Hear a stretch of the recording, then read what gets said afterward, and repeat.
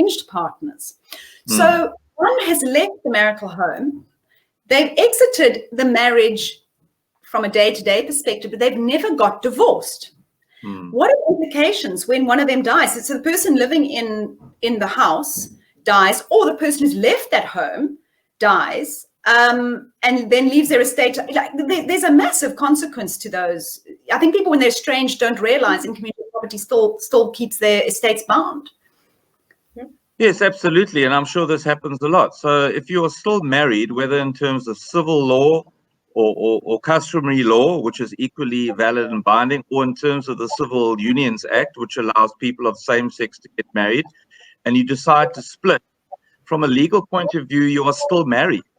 And if you were married to that person in community of property, whether you've been living apart for a day or 10 years, it's the joint estate. When you die, you're going to have to surrender, as the surviving spouse, you're going to have to surrender your assets into the deceased estate. It's a joint estate, and that estate will be wound up according to community of property.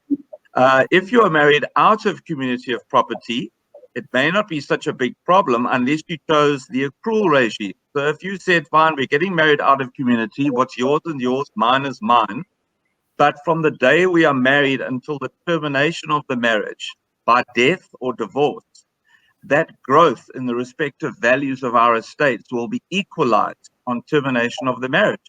So you may not have seen this person for 15 or 20 years. Then you're going to get a call from a lawyer, and you're going to think it's one of these bogus calls where you've inherited millions in some island somewhere off Bermuda. But actually, unfortunately, you're still married to this fellow. And the estate will be wound up accordingly. So you can't, it's a contract. Marriage is a contract. If you're going to break the contract, it's got to be done by a court order.